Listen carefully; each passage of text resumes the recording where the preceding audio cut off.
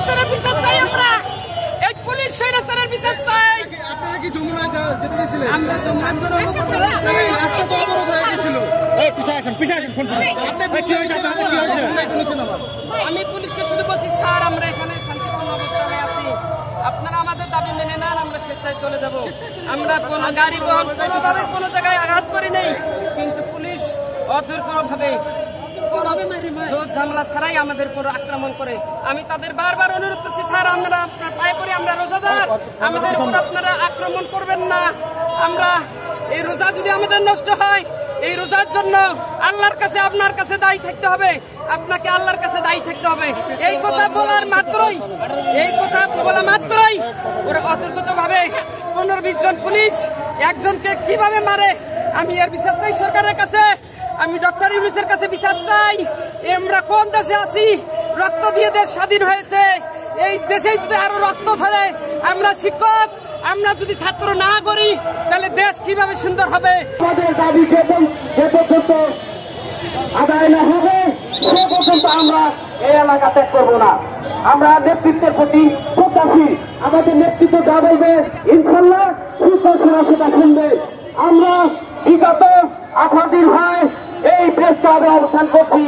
আজকে কেন প্রশাসন আমাদেরকে বাধা দিচ্ছে? আপনারা কেন আজকে 17 দিন আমাদেরকে খবর দিলেন না আমরা কি খেয়ে আছে কি না খেয়ে আছি? প্রিয় শিক্ষক সমাজ, আজকে সারা বাংলাদেশ থেকে প্রেস ক্লাবে একত্রিত হয়েছে তাদের একটি উদ্দেশ্য, দাবি আদায়ে। যে পর্যন্ত এমপিও না হবে সে পর্যন্ত শিক্ষক সমাজ এখান থেকে এক চলে সরবে না।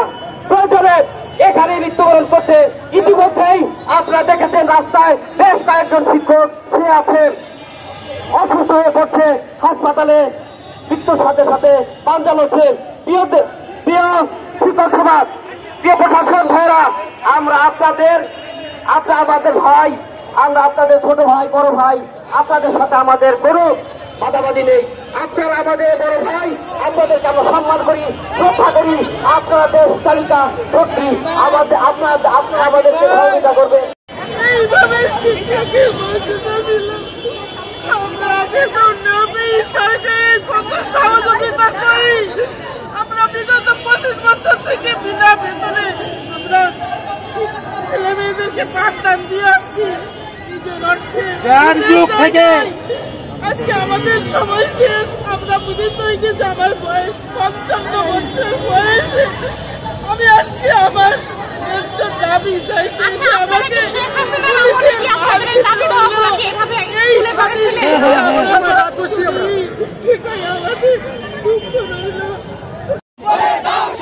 তারা বিগত দিনে সরকারের নিয়োগপ্রাপ্ত সচিবগণ এখনো সচিবালয়ে আছে এবং তারাই আমাদেরকে এখনো বঞ্চিত করে রেখেছে।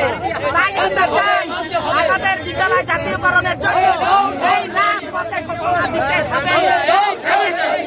এই দেখেন মশামাছি, আজকে এই দেখেন রক্ত, এই দেখেন রক্ত, এই দেখেন শিক্ষকের আমার পা ভেঙে গেছে,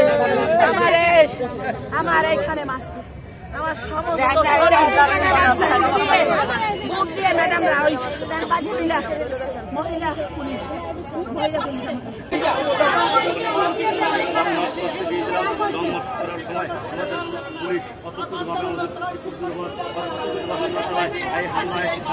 ব্যাপক শিক্ষক আহ্বায়কে আপনাদের